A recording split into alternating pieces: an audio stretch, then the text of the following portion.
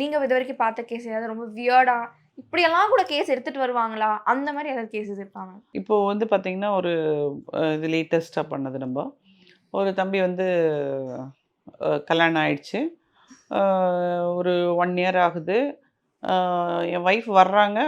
ஆனா, நான் வீட்டுக்கு போணும்னு சொல்றாங்க. அவங்க அம்மா வீட்டுக்கு போணும்னு சொல்றாங்க. அவங்க அம்மா வீட்டுக்கு போறாங்க. இப்படியே நெறைய நாள். அதான் இவரோட இருக்கிற தங்கக்கூடிய நாட்கள விட, அவங்க அம்மா வீட்டுக்கு போற நாட்கள் தான் அதிகமா இருக்கு. அது ஏன் அப்படி பண்றாங்கன்னு எனக்கு புரியல. எனக்கு வந்து இந்த மேரேஜ் லைஃப் கன்டின்யூ பண்ணுமா, வேணாமாங்கிற ஒரு டவுட் டவுட்டே இருக்கு. வந்துருச்சு எனக்கு அப்படிங்கிற மாரி தான் என்கிட்ட வந்தாங்க.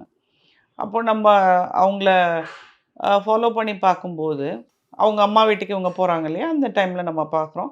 பட் ஆனா அவங்க அவங்க அம்மா வீட்ல இல்ல. அம்மா வீட்டுக்கு வர்றாங்க. ஓகே. ஆனா அம்மா வீட்ல இல்ல. எங்க இருக்காங்க?